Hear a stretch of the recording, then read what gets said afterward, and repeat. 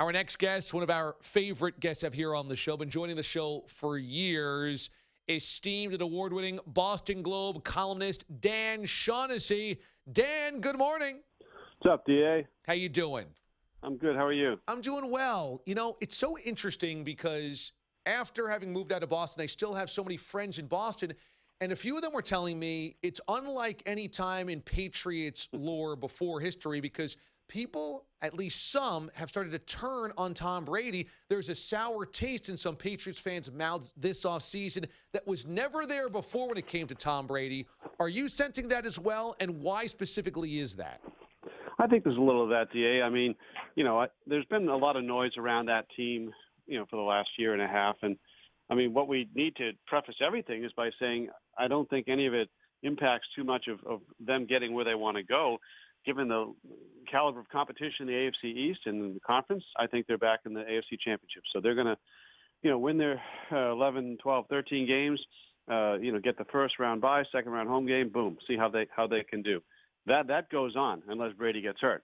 Independent of that, I think all the noise we're hearing is true, that there is trouble at the top, coach, owner, quarterback, you know, anger about that Garoppolo had to be dealt because Brady, you know, stomped his feet about that.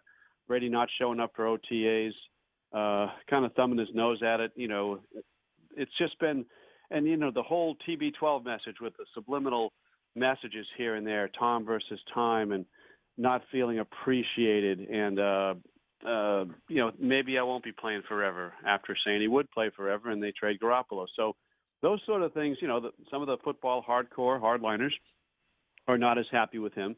But you know how it'll go, DA. Once the games start, and he's slinging it up there, and they're killing the Bills, Dolphins, and the Jets. It'll all be good here again. Do you think that Tom Brady's relationship right now with Bill Belichick is as weak maybe as it's ever been? I find that believable, only it's a lot of years. You're talking 18, 19 years in here. And the little hints that were sent there, I mean, he's sitting with Jim Gray, that stooge, and it's like, do you feel appreciated? And it's like, well, that's a hard question. You know, well, it's not a hard question. It's a yes or no question. And he really wants us to think that there's trouble there. And then he doesn't show up for OTAs. And you can go, his track record on that is his own quotes come back to bite him. Like, this is what good teams do. These are important, blah, blah, blah.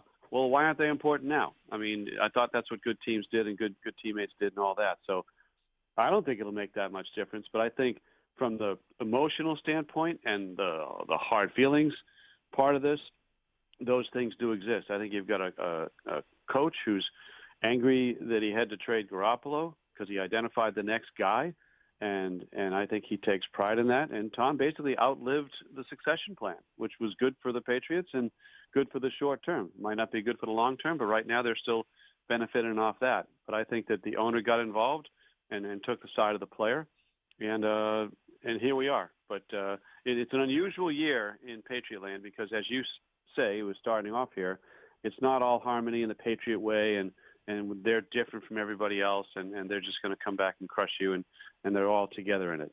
Dan Shaughnessy, Boston Globe, joining us this morning on the show. You've covered Tom Brady's duration of his career. Do you see you're always down in Foxborough, you're always talking to him on Wednesdays at his press conferences, you're talking to players, you're talking to coaches. Have you witnessed and observed a change in Brady towards the tail end of his career where he's not the same guy that he used to be? Well, I'm not in there anywhere near as much as I used to be because it's not rewarded. I mean, we go down there. You worked here long enough to know you go down there and it's not. It's like covering the Pentagon. But to that point, so a lot of what we see, a lot of what we get these days, DA, when they do the press conferences, it's boilerplate and people do their thing and Tom's careful with his words always. It's the social media, it's the Instagrams, it's the Tom versus time, it's the paid interviews with Jim Gray, all this stuff out there where the little truths seep in.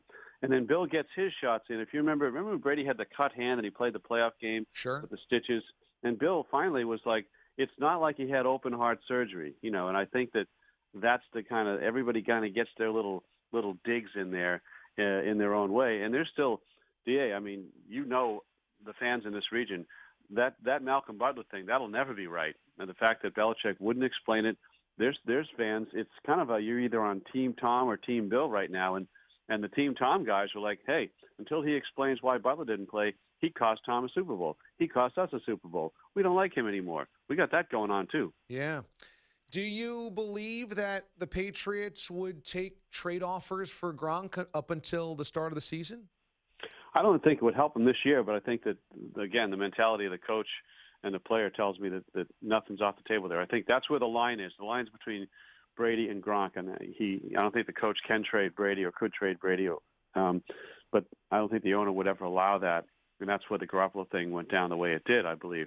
Gronk's a different story because I think they see the shelf life on him as another year or two anyway, and the behavior and him kind of thumbing his nose. And there's the whole Alex Guerrero, the nefarious trainer guy that now Gronk has aligned himself with, and Gronk not showing up at OTAs, and I don't know whether it's about money or his health or what have you, but we all know they'll never get value for him compared to what they have with him. So they got a chance to win a Super Bowl or two before it's over here.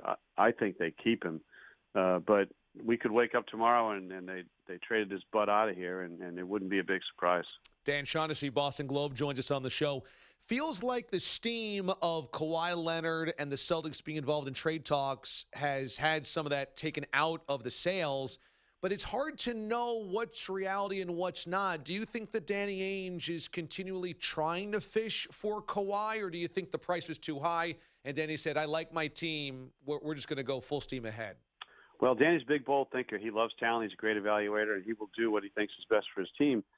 He also has the luxury of the fallback now, which is Plan B. You just cited there, DA, which is to do nothing, is to get Hayward and Irving back to a team that was within one quarter of getting to the NBA Finals, and just saw LeBron James leave the conference. I mean, if they do nothing, they are prohibitive front runners to get to the NBA Finals.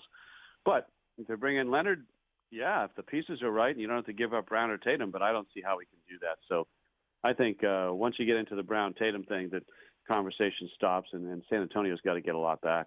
Would then next offseason, if they did not trade for him, do you think that Danny would angle for him as a free agent? Does he have his desires with Anthony Davis? Is he still looking for another huge talent to add to this roster? Do you think Danny believes this team, as presently constituted, could be good enough to take down the Warriors to win a title?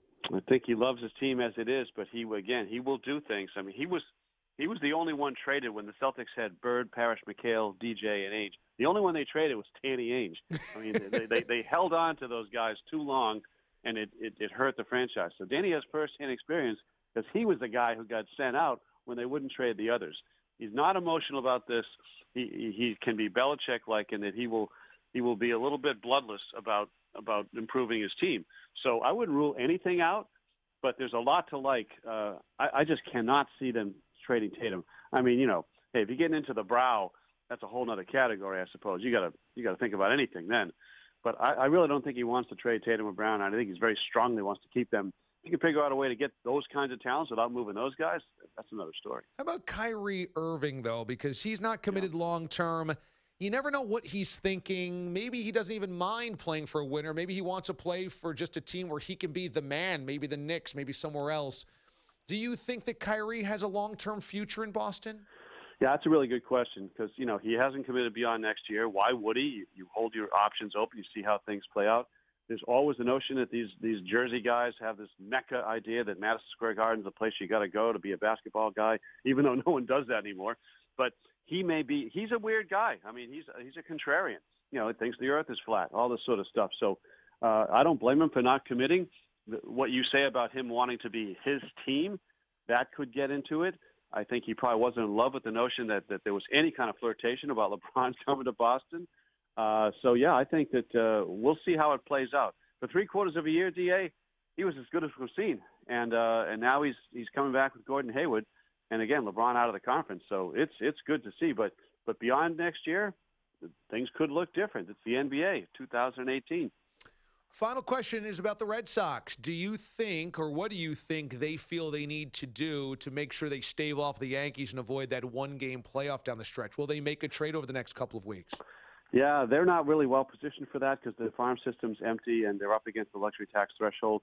But their pitching, it's weird. They're 68-30, and they're at a little bit of a issue because Rodriguez, who's 11-2, just went down. I don't know that they can count on him. Pomerantz and Wright are already down, so they're really down to like 3 steady starters and then fill-in guys. And like you say, someone's going to win 105 and then go to a one-game playoff. They don't want it to be them. They got a 4.5-game lead. I just think the Yankees are better positioned to do something bigger at the break. But this thing's going to be interesting, D.A. They play the Yankees 10 more times. Their schedule is going to be easy. They're going to win another 100 in a row after the break. They got Detroit, Minnesota, Baltimore. And then it starts to toughen up for Boston, and we'll see if that thing gets tight in September. Dan Shaughnessy, follow him on Twitter, at Dan_Shaughnessy, Boston Globe, author of Curse of the Bambino, award-winning writer for not only that book, as I mentioned, but the Boston Globe as well. Always love having him drop by the show and join us. Dano, it's always good, man. Thanks so much for carving out time for us today.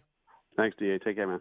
Dan Shaughnessy joining us this morning on the show. So much good stuff from Dan there.